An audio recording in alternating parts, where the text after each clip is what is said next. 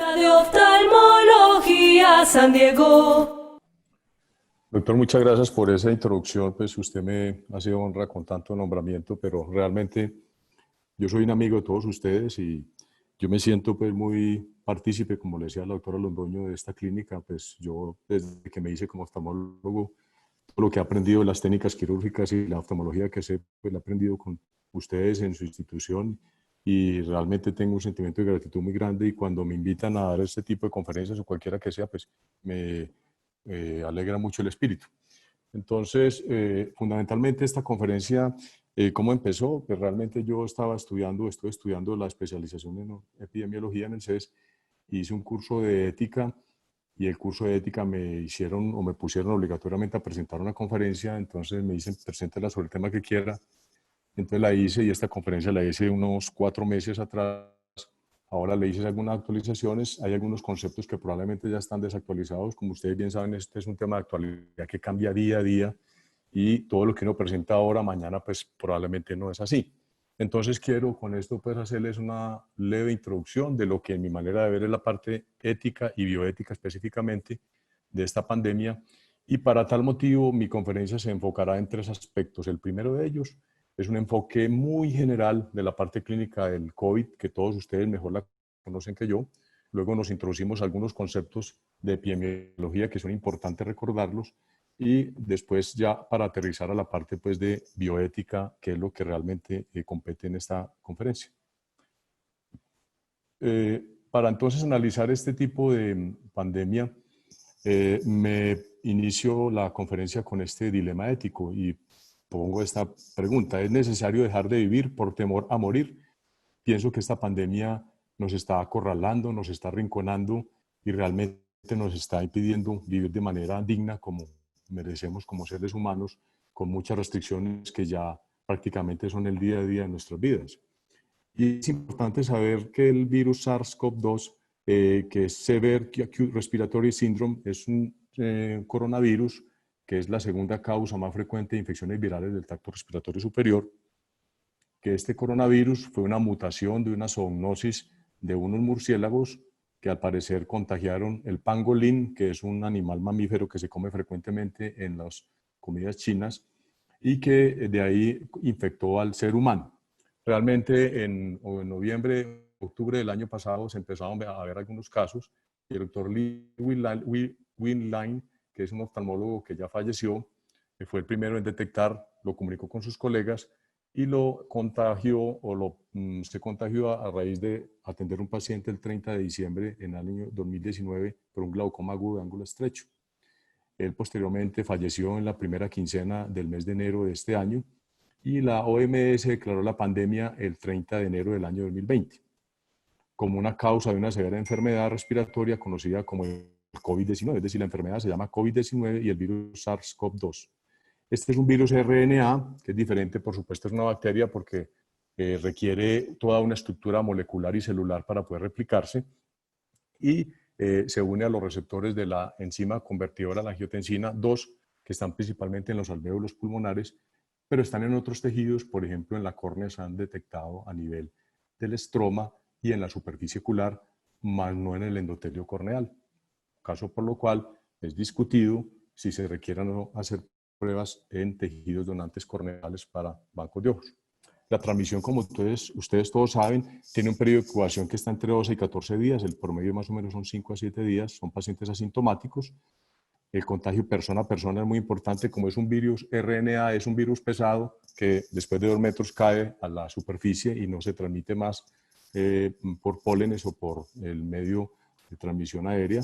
Se transmite a través de fomites, se pega a las superficies y puede permanecer hasta 3 días en la superficie. Sin embargo, hay plásticos que han detectado que pueden permanecer con el virus hasta 15 días. Y por eso es muy importante que cuando tocamos las superficies no llevarnos las manos a los ojos, a la nariz y a la boca para evitar nuestro contagio. En las lágrimas se ha detectado, también en la materia fecal y en las partículas ambientales, sobre todo en los hospitales, en los filtros de aires acondicionados que no se recambian frecuentemente, los filtros EPA pueden tener estos virus y pueden ser una fuente de contagio. Y el paciente que está infectado pues puede permanecer transmitiendo este virus en un periodo hasta 20 días. Sin embargo, ahora los últimos reportes dicen que ya luego de 14 días probablemente ya no es contagiante. En cuanto al cuadro clínico, recordemos pues que usualmente el 85% de los casos son asintomáticos o sintomáticos muy leves, pero son contaminantes, y solamente 15% progresan, que usualmente ocurre entre los 5 a 7 días después de que inicia la enfermedad. Estos son los síntomas principales: la fiebre en 90%, la tos en el 75%, la disnea en el 50%, la diarrea en el 10%, puede haber conjuntivitis en el 0.8% de los casos, y un síntoma nuevo que se describe mucho es la pérdida del olfato. Solamente un 5% de los pacientes son los que realmente progresan a un síndrome de dificultad respiratoria aguda severa y son involucrados o llevados a la UCI. Y generalmente son aquellos pacientes con población mayor, pacientes hombres con más frecuencia, con comorbilidades como por ejemplo hipertensión, diabetes o el aumento de la ferritina en sangre, y tiene una tasa de muerte más o menos del 3 al 5%. Todavía no se sabe la incidencia ni la prevalencia de esta enfermedad, pero más o menos si uno evalúa lo que se lleva conociendo en estos 4 o 5 meses, más o menos puede estar del orden de un 2 a un 3% en la población mundial. Lo cual, si en Colombia son 45 millones de habitantes, eso da algo así como 9 millones y medio de habitantes, y si esos 9 millones y medio de habitantes, el 5% van a la unidad de cuidados intensivos, son más o menos 450.000 personas, que obviamente si llegaran a la unidad de cuidados intensivos en nuestro país, que actualmente está más o menos de 6.500 unidades de cuidados intensivos, y se pretende llevar a 9.000, pues la colapsarían porque no hay como atender 450.000 casos. Entonces, ya entrando ya en conceptos de epidemiología, quería recordar los conceptos de lo que son endemia, brote, epidemia y pandemia. La endemia, en primera instancia, es lo que usualmente es la prevalencia habitual de una enfermedad o un agente infeccioso en una determinada área geográfica. El brote es cuando aparecen uno o dos más, o más casos de una misma enfermedad de aparición súbita y de diseminación localizada en un espacio específico. La epidemia es el número ya de casos nuevos que están dándose de una enfermedad que sobrepasan ya la incidencia normal en la población general o en un grupo específico. Y en cuanto a la epidemia, recordemos que hay dos enfermedades que ya se declararon extinguidas, que es la polio y la viruela. Un solo caso de polio y viruela también se puede considerar como epidemia. Y la pandemia ya es la misma epidemia, pero ya extiende o se extiende o sobrepasa las fronteras, es decir, es a nivel global o mundial, que es lo que estamos en este momento afrontados y lo que nos está tocando atender. Esto es importante en cuanto a las fases de la pandemia. Básicamente la pandemia tiene 4 fases: la fase de preparación, la fase de contención, la fase de mitigación y la fase de recuperación. Cada una de las fases tiene aspectos muy importantes que es importante mencionarlos. En la preparación es cuando hay una alerta epidemiológica en alguna parte del mundo, se suministra esa alerta epidemiológica, llega a la Organización Mundial de la Salud y se disemina a todo el mundo, como ocurrió en este caso. En la preparación hay que evitar que la entrada de la gente de algún país. Entonces, primero se hace la comunicación del riesgo, que es una estrategia epidemiológica, ver qué capacidad tiene el sistema de atender este tipo de enfermedad y probablemente empezar a adquirir las pruebas diagnósticas para detectar casos positivos. La segunda fase de la contención es que la gente ya existe en la población o en el país, pero no, el 90% de los casos son importados. Por eso es muy importante, cuando tengamos esta fase de contención, que fue lo que se hizo, hacer las medidas de contención, de limitar las fronteras, el ingreso a aeropuertos y demás, que probablemente en nuestro país se tardó un poco y eso hace que lleguen casos importados y se genere toda la pandemia. Luego la tercera fase es la de mitigación, en la cual ya hay una circulación local de los virus propios, aquí ya con gente propia, ya más del 10% son casos propios y ya es el objetivo principal, es el cuidado y la protección de la población susceptible para adquirir esta enfermedad.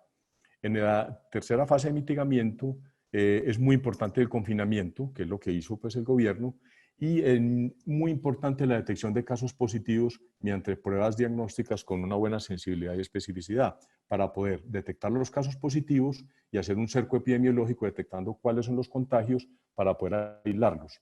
En nuestra opinión, o en mi opinión, pienso que una de las fallas de nuestro gobierno fue que destinó gran parte de los recursos en esta pandemia a distribuir dinero a gente necesitada, y probablemente ese dinero, si se hubiese utilizado en detección de pruebas diagnósticas y hacer realmente tamizajes y exámenes en cada uno de los hogares colombianos, se pudiesen haber detectado muchos casos positivos para aislarlos y confinarlos de una manera adecuada y de esa manera realmente tener una mitigación de la pandemia.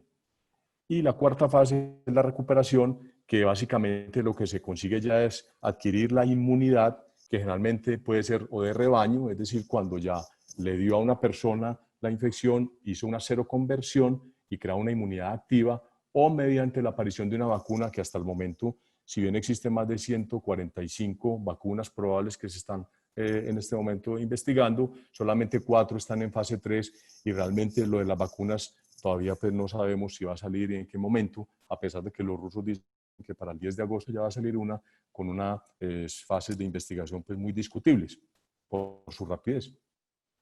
Entonces, básicamente, existen 3 posiciones que originaron cómo se está manejando la pandemia a nivel mundial.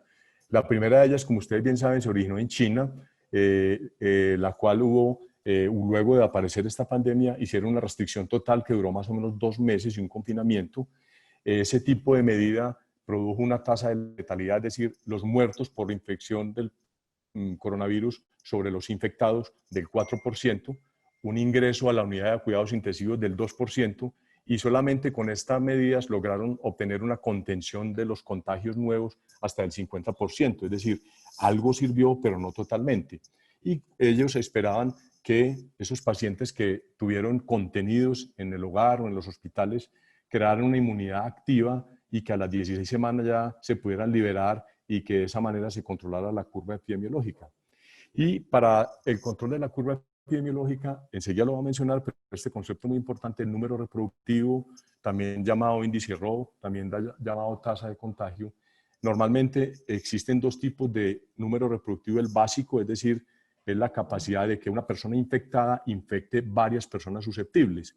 Normalmente empezó en China y lo calcularon entre el 1,5 y 3, es decir, por cada persona se pudiesen haber infectado 3 personas, lo cual crea un crecimiento exponencial de la enfermedad, no solamente en números, sino en rapidez.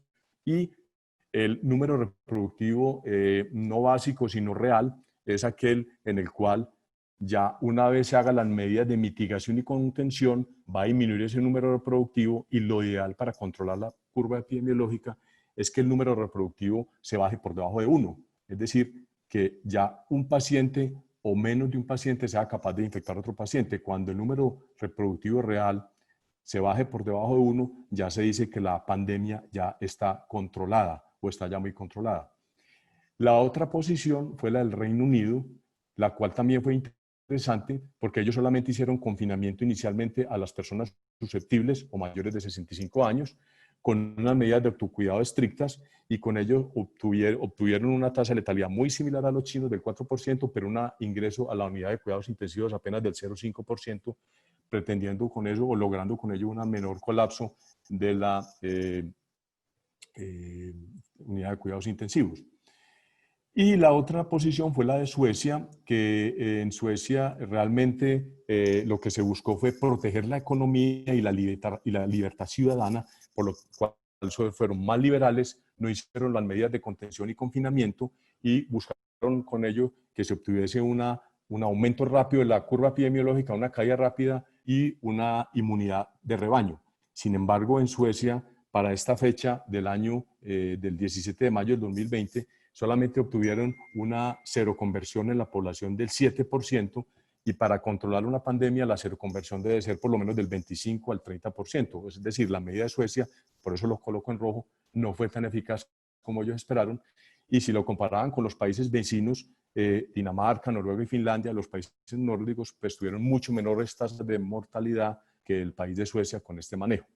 Entonces Colombia lo que hizo fue que recopiló 2 conceptos, el de la China y el Reino Unido, es decir, confinación total y confinamiento a los mayores de 65 años. Como ustedes pudieron ver, confinaron primero a estas personas de este grupo etario y luego a todos nos confinaron durante por lo menos 2 meses, estuvimos encerrados en la casa y ahora tenemos un confinamiento inteligente. En cuanto a la curva epidemiológica, quiero mostrar básicamente lo siguiente, y es que ustedes ven que en la curva epidemiológica hay 4 curvas.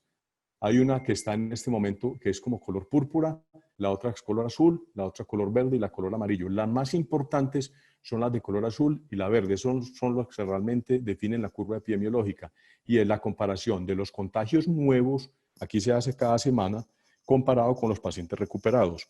Cuando decimos que la curva epidemiológica llegó a su pico, cuando los pacientes recuperados superan los pacientes contagiados. En Colombia actualmente ya se está llegando a la curva, al pico de la curva epidemiológica, como ustedes lo pueden ver. Aquí para el 24 de julio y para el 31 ya sobrepasó los recuperados. Sin embargo, esto ocurre en Colombia, más no en Antioquia. En Antioquia todavía hay una separación entre la curva epidémica de los pacientes recuperados, que está en la parte más inferior, y los casos de contagio en la parte superior. Es decir, en Antioquia todavía no hemos logrado la cima de la curva epidemiológica, igual que en Bogotá, lo cual se espera que puede ocurrir más o menos en 1 o 2 semanas más.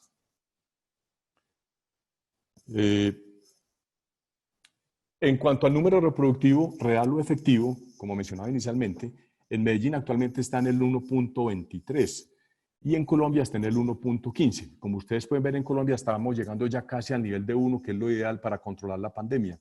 Y este número efectivo, quise pues mencionarlo, el número efectivo básico es el RO y el efectivo es el RT, y este es el importante porque este es el que ya una vez se da cuando se toman las medidas de mitigación y de contención, que por supuesto va a ser más bajo que el RO o el índice reproductivo básico.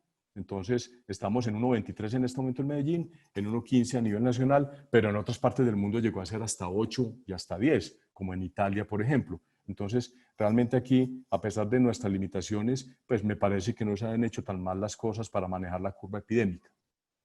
¿Cómo se aplana la curva epidémica? Todo lo hemos visto. Existen 2 formas de hacerlo. Una es cuando se hacen medidas como fomentar el lavado de manos adecuado, el trabajo a distancia, limitar reuniones grandes o restricciones de viaje. Eso quiere decir que la transmisión es controlar la curva epidémica. De esa manera se evita ese pico que asciende rápidamente, se aplana la curva epidémica. Eso sí, se prolonga más el curso natural de la enfermedad, pero da pie a que se preparen los sistemas de salud para mejorar su capacidad de atención en cuanto a las salas de hospitalización y de UCIs.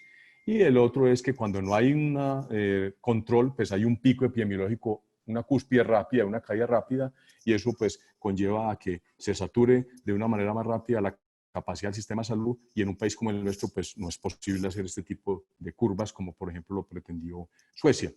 Esta es una gráfica a la derecha en la cual muestran el ejército de los Estados Unidos que probablemente esta epidemia va a durar hasta el año 2022 porque van a ocurrir rebrotes luego de que haya un control de la curva epidemiológica. Entonces, ¿cuánto tiempo va a durar esto? No sabemos. Estos son meras especulaciones. Ustedes saben que todo el mundo habla de COVID y realmente todo el mundo cree saber y tener la palabra o la verdad, pero creo que nadie hasta el momento lo tenemos, y esto es una cosa que el ser humano apenas está aprendiendo y de la cual seguramente nos dejará muchas enseñanzas. Cuando analizamos la curva de médica, es decir, la epidemiológica con la economía, vemos esto que es muy interesante. Cuando no hay una control, cuando no hay políticas de contención, hay una curva epidemiológica que se eleva rápidamente y cae, y es inversamente proporcional a la depresión económica. Es decir, mientras menos control se haga, va a ser más alta la curva epidemiológica, pero va a haber una menor profundidad en la recesión económica, al contrario de lo que se hizo acá. Mientras que si hay un control de la curva epidemiológica tratando de aplanarla, hay un aumento, va a haber una curva menor, pero va a haber un aumento en la profundidad de la recesión económica, es decir, inversamente proporcional. Y esto es muy importante tenerlo en cuenta porque es muy distinto analizar esta curva, que me parece muy importante porque hasta aquí, esta parte es la que yo voy a involucrar en la parte de ética, y es que en los países desarrollados es más fácil manejar estas curvas que se elevan rápidamente porque hay la capacidad del sistema de salud de atender a estos pacientes. En cambio, en un país como el nuestro, que no tenemos teníamos apenas 3.000 unidades de cuidados intensivos, ahora ya tenemos 6.000 y se espera llegar a 9.000, pues tenemos que manejarlo de esa manera, aplanando la curva, alargando el curso natural de la enfermedad, pero obviamente con secuelas económicas. Actualmente la situación en el país, el día de ayer, estos eran los confirmados, 334.979, los recuperados 180.258 y los activos 142.716. Es decir, ya estamos sobrepasando los recuperados a los activos, lo cual es una muy buena noticia desde el punto de vista epidemiológico. Ya entrando en el campo ya propiamente de la conferencia, me perdonan si me extendí un poco en esto porque quería explicar eso bien para que entendamos el porqué de esta presentación, debemos de diferenciar dos conceptos que son muy difíciles de diferenciar. Siempre hemos pensado que moral y ética pues son similares, pero realmente son distintos. La ética es un concepto más universal. La ética es qué está bien y qué está mal. Y la ética estudia y reflexiona sobre la moral.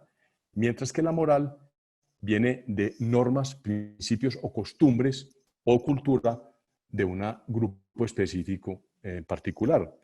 Por ejemplo, sabemos que robar no es ético, pero, perdón, sabemos que robar puede ser moral, no es moral, es decir, moralmente no está bien robar, pero cuando una persona roba por hambre, pues puede ser ético, es decir, lo ético no significa siempre lo moral. Si una persona roba por hambre para satisfacer sus necesidades básicas, pues eso es ético, más no moral. Y esta frase la encontré en este libro de Animales a Dioses, que la leímos hace muchos años, seguramente en nuestros colegios. La historia de la ética es un triste relato de ideales maravillosos que nadie cumple, y realmente eso es lo que ocurre. Y por eso cada decisión que toma el ser humano en la vida genera dilemas éticos. También hay que diferenciar la bioética de la ética médica. La bioética básicamente es el estudio sistemático de la conducta humana en el área de las ciencias de la vida, tanto a nivel de medicina, biología, botánica y cuidado sanitario, en cuanto a que tal conducta se examina a la luz de valores y principios morales. Esto lo hace el doctor Reich, que es en la Universidad de Georgetown, en los Estados Unidos, un teólogo jesuita, y da esta definición que me parece como muy completa. En cambio, el concepto de ética médica son los principios y normas que rigen la conducta de los profesionales de salud, que en este caso somos nosotros. La ética fundamentalmente tiene 4 principios sobre cuales se fundamentan todas las leyes éticas que rigen el mundo. El principio de beneficencia, es decir, hacer el bien. El de no maleficencia, es decir, no hacer el mal, que fue lo que nos enseñaron como médicos, no hacer mal, no dañar la fisiología, la anatomía del ser humano. El principio de la autonomía, es decir, que el ser humano es libre de decidir su propia vida, lo que se llama el lex artis. Y para eso, recordemos un filósofo que fue muy discutido, que fue Immanuel Kant, y él mencionaba que toda persona tiene valor incondicional y la capacidad de determinar su propio destino. Eso es la autonomía. Y la justicia, que enseguida la mencionaré, es la equidad que existe en la distribución tanto de riesgos y beneficios para cada persona. Es decir, cada persona tiene la misma posibilidad de tener riesgos y beneficios frente a cualquier acción en la vida. Eso se llama justicia. Siempre que se genera una decisión médica o en cualquier actuar del campo humano, se puede generar un dilema ético. Y en la actualidad, pienso que el COVID genera un dilema ético porque tratando de hacer medidas que busquen el bien pueden conllevar al mal de la sociedad. Eso se llama el principio del doble efecto. Y por eso las leyes de nuestro país seguramente al hacer este tipo de medidas de contención son basadas en principios éticos, que lo voy a explicar.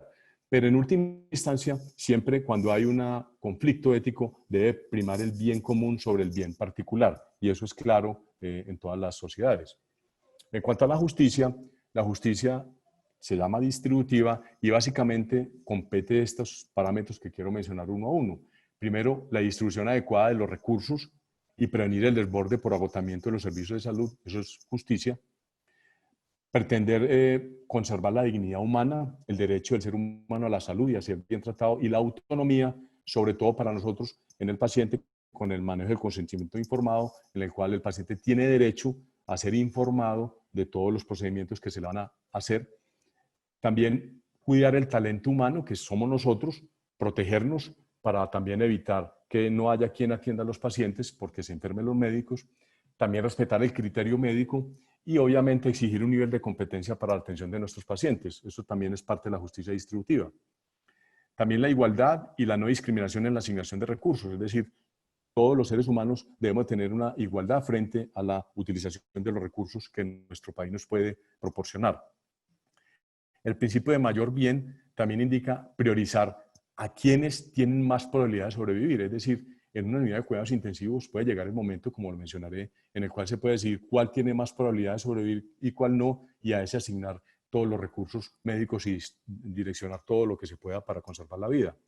También la transparencia en la asignación de los recursos, por eso es muy importante que en las clínicas, los hospitales hayan comités integrados por varias personas que generen una transparencia al momento de asignar y adquirir recursos médicos para la protección de la vida y la salud. Y la proporcionalidad es articular los beneficios y costos de una intervención en los estados críticos para ver si justifica o no asignarle toda esa cantidad de recursos económicos a un paciente que probablemente tiene o no la posibilidad de sobrevivir. Y también, por última instancia, aceptar y darle el derecho a morir dignamente a nuestros pacientes, que también es una parte de la autonomía. Entonces, cuando hablamos de ética hay dos tipos de niveles jerárquicos. El nivel jerárquico tipo 1, en el cual se considera la no maleficencia, es decir, no hacer daño, y la justicia. Y eso se llama la ética de los mínimos, lo que busca el bien común de la humanidad. Mientras que el segundo nivel habla de la beneficencia, es decir, de hacer el bien, y de la autonomía, y se llama la ética de los máximos, es decir, el bien privado, busca la autonomía del ser humano. Sin embargo, cuando se presenta un conflicto de principios éticos entre estos dos niveles jerárquicos que a diario se presenta, los de no maleficencia y de justicia son de nivel público y obligatorio y están por encima de los de beneficencia y autonomía, considerados de nivel privado. Entonces, esta conferencia, básicamente creo que hay tres papeles importantes que se deben de hacer para el manejo de la pandemia, y tiene tantos papeles la sociedad, el gremio médico, como el gobierno. Es decir, todos somos responsables y todos generamos un problema ético con nuestros quehaceres en la vida diaria y cotidiana. En la sociedad, básicamente menciono esto, y ustedes lo saben muy bien, las medidas de autocuidado son fundamentales realmente porque cada uno de nosotros es la vacuna contra esta infección. Si nosotros hiciésemos las medidas de autocuidado como se recomiendan, de usar tapabocas, lavar las manos, la distancia, evitar reuniones, limpiar bien las superficies, pues probablemente ese índice de infección que mencioné inicialmente pudiera ser más bajo y controlar más fácil la curva epidémica. Por eso países desarrollados como Japón, Alemania, no hicieron medidas confinatorias tan estrictas y tienen tasas de letalidad muy bajas y un índice de contagio realmente bajo y sus curvas muy planas. Por eso la obediencia es muy importante, y cuando un individuo de la sociedad, como puede ser alguno de nosotros, porque nosotros como médicos, cuando estamos frente afuera, somos un individuo cualquiera y no somos obedientes, pues podemos empeorar y crear un dilema ético en este tipo de manejo de la situación de la pandemia. El gremio médico es muy importante saber de que también puede jugar un papel importante, sobre todo en la parte de ingreso al soporte de las vías respiratorias agudas. Para eso existe la Asociación Médica de Cuidado Crítico, Cuidados Intensivos, la Asociación Médica Crítica y de Cuidados Intensivos, que tiene unos criterios de elegibilidad que no los voy a mencionar acá, pero estos cuatro son muy importantes porque son los que definen quién entra a una unidad de cuidados intensivos y quién no. Y para cumplir eso tiene que cumplir estos cuatro criterios, no uno solo, sino los cuatro a la vez, y no secuencialmente, sino de una manera articulada los cuatro. El primero es que haya un pronóstico, tienen que evaluar el pronóstico de supervivencia a corto plazo de acuerdo al compromiso que está generando a nivel pulmonar el COVID o en otro órgano. Segundo, el pronóstico de supervivencia a largo plazo y la mayor expectativa que pueda tener este individuo. Si es un enfermo, ya muy enfermo, en un estado muy avanzado, probablemente no entra en estos criterios. La presencia de comorbilidades que afecten el pronóstico a largo plazo, cuando son presentes, también son negativas para ser seleccionados para entrar a una unidad de cuidados intensivos. Y también qué tantos recursos va a utilizar para sostener su vía respiratoria este paciente, y si justifica o no en base al principio de proporcionalidad. Por eso estos cuatro análisis deben de ser de manera simultánea, no aislados, y como esto es tan difícil decidirlo por un médico intensivista, en un caso particular, siempre se debe apoyar de los comités de ética de cada hospital, y en última instancia los comités de ética de cada hospital son los que definen quién entra y quién no entra, o si no hay un comité de ética, apoyarse con otros colegas para tomar una decisión en conjunto. Este es el algoritmo que tiene la Asociación Colombiana de Medicina Crítica y Cuidado Intensivo para brindar el soporte de vía respiratoria aguda. Si cumple el criterio de exclusión, si no lo cumple, aquí es no cumple, aquí me equivoqué. Si no cumple el criterio de exclusión, este paciente se va a un cuidado paliativo y ayudarle hasta donde pueda. Si hay que, pues si no se puede hacer más, ayudarle al bien morir. Si cumple con los criterios de inclusión, se debe tener estos 4 criterios que mencioné anteriormente: la probabilidad de sobrevivir a corto plazo sin el servicio, sin el soporte de vía respiratoria. Segundo, la supervivencia a largo plazo o mayor expectativa de vida. Tercero, si hay comorbilidades que afecten el pronóstico. Cuarto, utilizar la utilización esperada de los recursos del sistema de ventilatorio agudo. Si el paciente no es seleccionado, se va a cuidado paliativo y esperar a ver qué sucede. Si se inicia el soporte ventilatorio agudo, si se deteriora, se suspende el soporte ventilatorio agudo y va a lo último a ayudar a un cuidado paliativo y al bien morir. O si mejora o está estable, pues se mantiene en el soporte ventilatorio agudo.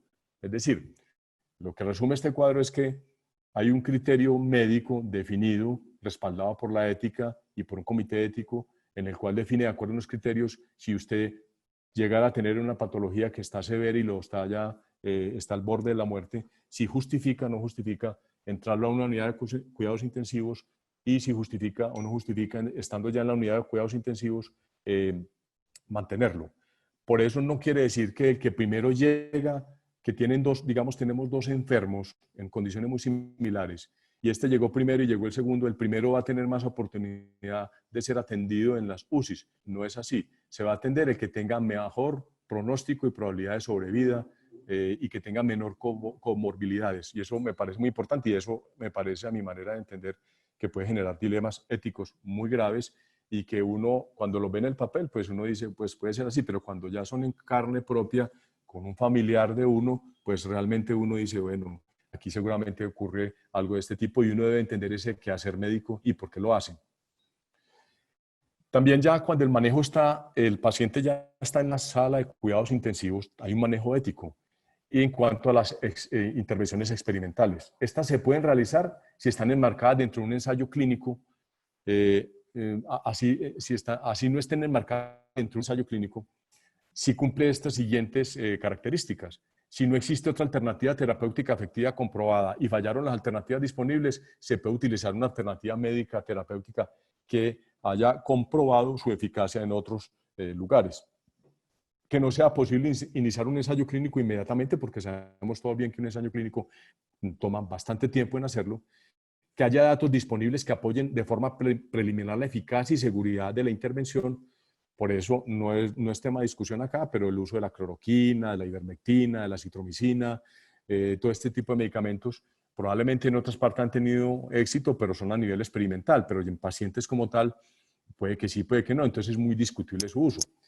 También que tengan una aprobación por el INVIMA de uso experimental, es decir, en estudios preclínicos y el comité de ética, que haya un consentimiento informado, si no se puede por el paciente, por sus familiares o representantes, y los resultados que se obtengan de estas intervenciones experimentales en pacientes en UCI deben de ser documentados y compartidos con la comunidad médica y científica para que ellos aprendan, así se aprende pues el concepto y el criterio médico. En cuanto a la protección y cuidado del talento humano en salud, los médicos y las personas que atienden pacientes de este tipo de pandemia requieren de los recursos necesarios para reducir la exposición al riesgo, y pueden negarse en el caso de que no se les sean suministrados a atender a un paciente. Deben de tener entrenamiento y capacitación, y aquí quiero llamar la atención, no desde el punto de vista político, porque no me interesa, pero me parece algo totalmente desproporcionado y falta de conocimiento y de sensatez y todo lo que ustedes les quieran decir, irresponsable, el tratar de traer médicos extranjeros aquí a nuestra ciudad, sabiendo que aquí tenemos médicos con una buena calificación y alta competitividad para manejar nuestros pacientes, sabiendo que todavía tenemos un talento humano suficiente para atender nuestros casos. Por eso pienso que el entrenamiento y la capacitación es muy importante, y eso va a ser parte de la ética médica. Fuera de la línea de atención, el personal de salud tiene las mismas obligaciones que el resto de la sociedad. Los criterios de protección del personal de salud en las situaciones que ameriten una reacción cardiopulmonar deben de ser muy estrictos, y estuve mirando esas guías de la AMSI, está claramente definido cómo se reanima un paciente en estas condiciones para proteger el personal de salud. Si alguno de ustedes quiere, con mucho gusto le comparto, eso se mira básicamente en el internet, está muy bien definido todos los criterios de la AMSI, de la Asociación Médica de Cuidado Crítico y Cuidados Intensivos. También debe haber un apoyo psicológico para el manejo del estrés del personal de salud. Recordemos que hay un fenómeno en los médicos que se llama el fenómeno de burnout o de desgaste, que son los médicos que les dan sobrecarga de trabajo, de turnos, se desgastan y empiezan a cometer errores médicos. Eso hay que evitarlo. En cuanto al gobierno, obviamente encabeza nuestro presidente, me parece a mi manera de ver que ha hecho las cosas bien, ha tenido errores como cualquier mandatario, pero ha sido una persona, en mi opinión, comprometida. Y básicamente nuestro gobierno lo que ha hecho es la ética de los mínimos. Recordemos que la ética de los mínimos es básicamente la que busca el bien común. Y hay básicamente dos cosas que me parecen importantes. Una es que el derecho fundamental a la vida, basado en el artículo 11 de la Constitución Política y en el 3 de derechos del derecho humano internacional, y el derecho fundamental a la salud fue cobijado por este manejo de nuestra pandemia. Sin embargo, el confinamiento obligatorio ha traído unas cosas detestables, o digamos no detestables, sino muy malas para la parte de la vida digna y la dignidad humana, porque nos ha confinado, ha limitado la autonomía del ser humano, ha limitado el derecho fundamental al trabajo, basado en este artículo del Código colombiano, y también ha limitado el derecho fundamental al libre desarrollo de la personalidad. Es decir, buscando el bien, como lo mencioné inicialmente, buscando el bien, generalmente ha creado mal según estos artículos que están en la Constitución Política colombiana, y eso lo vemos a diario. Entonces, las posiciones que ha tomado el gobierno pues tiene desenlaces. En la economía, sabemos el Producto Interno Bruto, es decir, la cantidad de productos y servicios que produce un país, realmente empezó este año, el año pasado terminamos en el 3.3%, este año empezamos en el 1.1% y lo que se cree es que va a tener una deflación negativa o un decrecimiento negativo del 6 o del 7%. Y eso es producto del COVID y producto de las posiciones de restricción y confinamiento que se ha creado. También la pobreza, si analizamos la pobreza, dicen los expertos que ha retrocedido más o menos 15 años la pobreza en nuestro país, es decir, estamos otra vez como en el año 2006 o 2007 en cuanto a índices de pobreza y estamos en el 2020.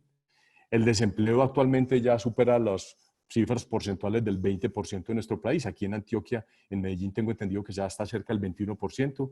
Esto, por supuesto, genera condiciones de inseguridad y de violencia que las vamos a empezar a ver. Y se han venido aumentando las enfermedades mentales.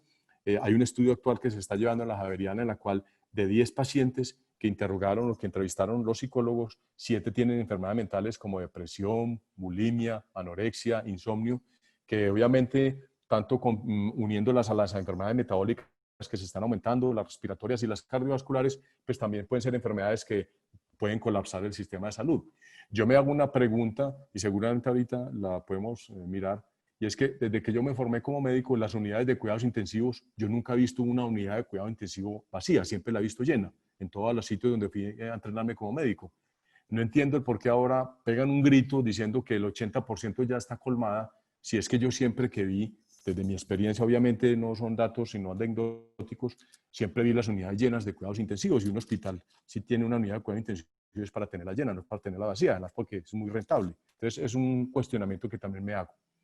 Obviamente esto también trajo cosas buenas, nos reinventó, el núcleo familiar se fortaleció, uno disfruta bastante de sus hijos, de la familia o de su compañero, es una cosa interesante. Aprendimos a vivir con cosas más simples y a vivir con menos.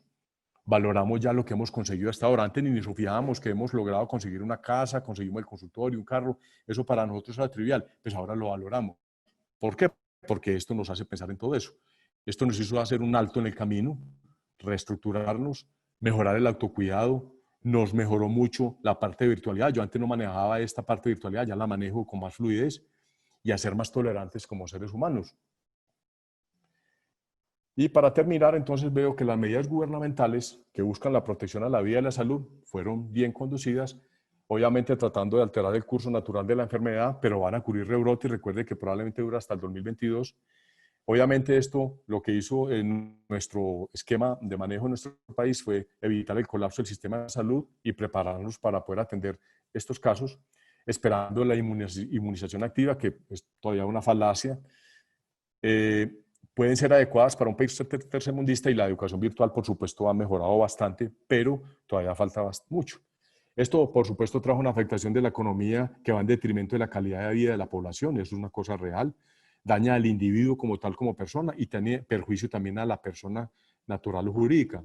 Acordémonos que uno habla de daño cuando es a nivel individual y perjuicio cuando es a nivel patrimonial. Ambas cosas se cumplen con este tipo de decisiones. Entonces, para terminar, las decisiones que ha tomado el gobierno, en mi opinión, puede que sean morales, pero no totalmente éticas, porque afectan la autonomía, la justicia y la equidad, y el acceso a la educación en el sentido de que no todo el mundo tiene con qué comprar un computador, no todo el mundo tiene con qué comprar el Internet, y la serie de medidas que ha tenido el gobierno debería ser encaminadas a exigirle a los bancos bajar los impuestos, las tasas de interés, disminuir el gasto público que tiene el gobierno, son opiniones personales, disminuir la carga de impuestos que tenemos. La medida del IVA que inicialmente se pretendió hacer para reactivar la economía probablemente la reactivó, pero trajo un perjuicio muy grande en cuanto a la cantidad de contagios, y probablemente el IVA sería bueno si no lo reducen 1 o 3 días, si no lo reducen de manera continua durante un año por lo menos. Eso traería una mayor reactivación de la economía, serían medidas más importantes y eficaces. Y para terminar, entonces, concluyo con este párrafo. Las medidas adoptadas al momento mitigan parcialmente la situación caótica de muchas familias colombianas. Por ejemplo, las familias en acción, adultos mayores, jóvenes en acción, ese reparto de dineros que hizo el gobierno disminuyó la pobreza apenas en un 2.5%, pero realmente está más o menos un retraso del 17%, o sea, fue una medida parcial realmente a esta situación. Pero se requieren nuevas medidas urgentes para que realmente se tenga una verdadera cobertura y de esta manera o de esta forma tratar de resolver el dilema ético que plantea esta situación de pandemia. Para concluir, concluyo con esta frase que me parece muy interesante del autor Peter Singer, un filósofo, y es lo siguiente, él dice: prevenir la muerte no es una prioridad absoluta. Peter Singer. Muchas gracias.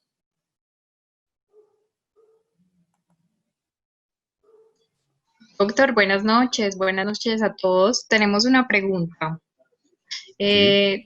Dice, buenas noches, por favor, ¿cuál es su opinión en cuanto a que se envíe un paciente con síntomas leves, una casa, sin ningún tratamiento de sus síntomas, esperando que empeoren para poder atenderlo? Textualmente leí la pregunta. Perfecto, pues yo no soy pues ya clínico en la parte de COVID, pero la opinión mía es que, a ver, la probabilidad de que todos tengamos COVID es muy alta y el COVID realmente, afortunadamente, su capacidad de infección, infortunadamente muy alta, pero la capacidad de afección en la salud es muy baja. Yo pienso que un paciente de que esté con un COVID, que se mande a la casa, esté con autocuidado, esté con las medidas de pulso oxímetro, de toma de temperatura y demás, es un paciente que se puede controlar, porque pacientes que tienen una saturación de oxígeno por encima del 92% se puede manejar con oxígeno normalmente, con una medición de temperatura. Y cuando es un paciente que ya requiere llevarse a una unidad o a un centro hospitalario, que eso se puede hacer para no colapsar los sistemas, cuando tenga o más de una frecuencia respiratoria de 25, y si es de 30 ya es urgente llevarlo, o si tiene una saturación de oxígeno por debajo del 92%, ahora al ojo, y si es por debajo del 90, hay que llevarlo a hospitalizar. Entonces yo pensaría que si es un paciente con síntomas leves, que tiene autocuidados y con todas las medidas de vigilancia como control de temperatura, control de la saturación de oxígeno y de la frecuencia respiratoria, pues se puede manejar ambulatoriamente. Yo soy un oftalmólogo, no soy un infectólogo, pero trato, no sé si con eso respondo esa inquietud. Abrimos los micrófonos por si alguien más desea hacer alguna pregunta. Aquí estoy viendo de Tucha Montenegro, no sé quién será, dice que por qué no se le manda un tratamiento. Vuelvo y digo, no soy infectólogo, pero los infectólogos y los médicos internistas, cuando hay un paciente con síntomas leves, lo importante es evitar que el paciente genere toda esta cascada inmunológica que genera el coronavirus y que dañe y haga un daño pulmonar, que el daño pulmonar se da o por una obstrucción de los capilares endoteliales de los alvéolos y hay una necrosis, y también por una extravasación de fluidos. Entonces hay como una neumonitis intersticial, más no una neumonía. Entonces se muere el pulmón. Antes de que llegue a eso, uno puede evitar de que llegue a eso, y ahí son medidas, por ejemplo, también muy discutidas, pero lo utilizan los antiinflamatorios no esteroideos o el uso incluso de la hexametasona, La cloroquina, como digo, es a nivel experimental, pero algunos médicos lo recomiendan.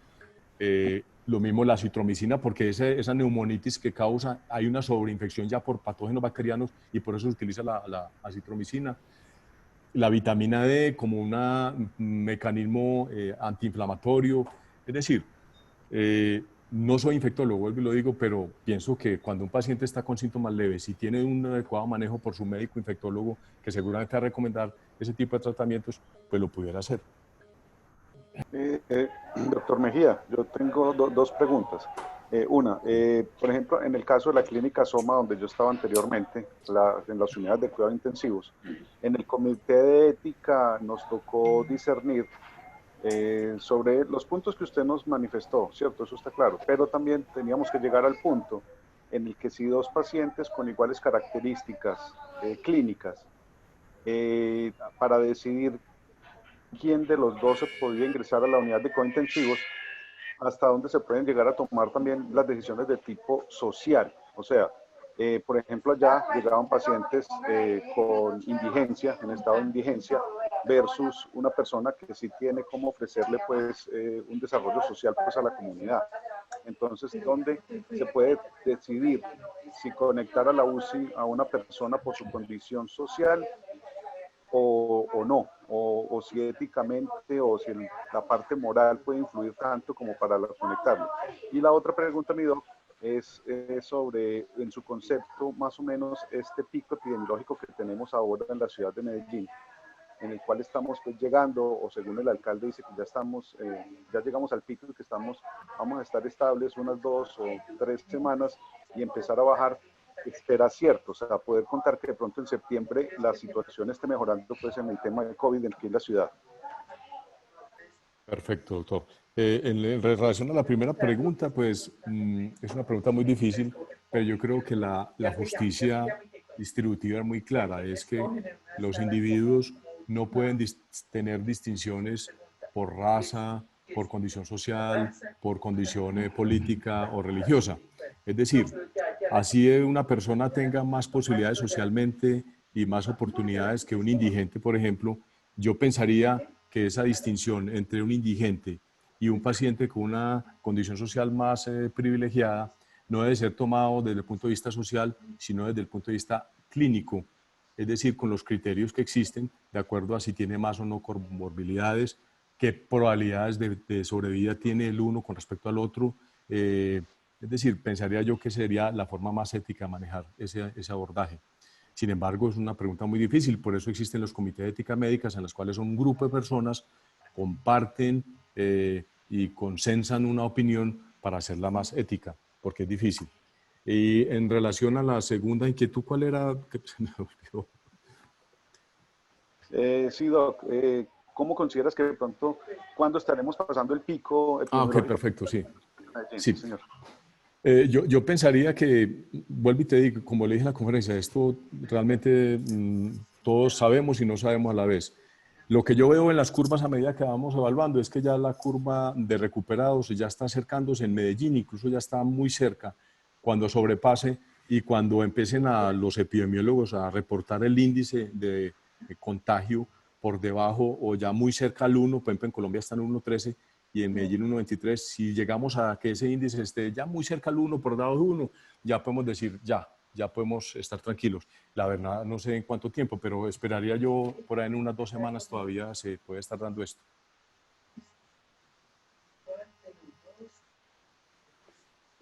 Muchas gracias, doctor. No, con mucho gusto.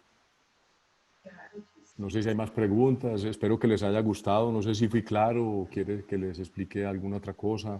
Obviamente yo no soy un experto en ética, yo soy un estudiante de epidemiología y lo hice inicialmente con mucho desagrado, y qué pereza ética yo hacer esto, pero realmente apenas lo empecé a hacer me gustó y me gustó el tema y me parece interesante.